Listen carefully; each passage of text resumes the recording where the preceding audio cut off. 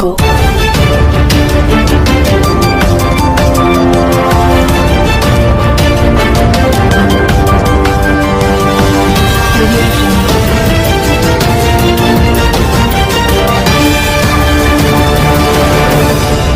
Purvanchal bulletin निष्पक्ष खबर आप तक।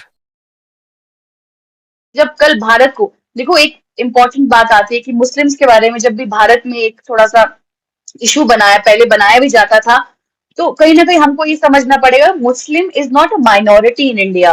Late me just tell you this, Muslims are the second majority in India. इस बात को हमको समझना पड़ेगा। They are not at all minority. Minority कौन है? माइनॉरिटी आपके पारसी है, सिख है, क्रिश्चियंस है। These are the minorities. Muslims are not minorities. मुस्लिम आप ऐसा बोल सकते हैं कि अगर कोई बड़ा भाई अगर हिंदू है तो उसका जो छोटा भाई है, जो कि उतना ही इक्वली इंपॉर्टेंट होता है, वो मुस्लिम है। तो ये बात आप लोगों को समझनी पड़ेगी। इसीलिए माइनॉरिटी का टैग लेके चीजों को नहीं किया जा सकता जो मेजॉरिटी ऑफ पॉपुलेशन के लिए गलत है।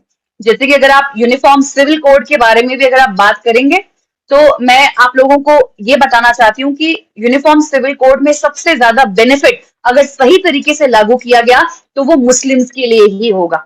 सबसे ज्यादा बेनिफिट ट्रिपल तलाक से खत्म करने से, अबॉलिश करने से या उसको इलीगल करार करने से अगर बेनिफिट किसी को मिला है तो वो बेनिफिट मुस्लिम विमेन को मिला है। और यूनिफॉर्म सिविल कोड लागू होने के बाद भी सबसे ज्यादा बेनिफिट अगर किसी को मिलेगा तो वो मुस्लिम औरतों को ही मिलेगा, क्योंकि इसमें अडॉप्शन से लेके, इनहेरिटेंस से लेके, जैसे अभी इस्लाम में आपके 3-4 निगाह जो है वो निकाह जो है वो अभी मंजूर है। लेकिन अगर यूनिफॉर्म सिविल कोड आ जाए तो एक तरीके के लॉ जो हैं वो सभी कम्युनिटीज पे लगेंगे।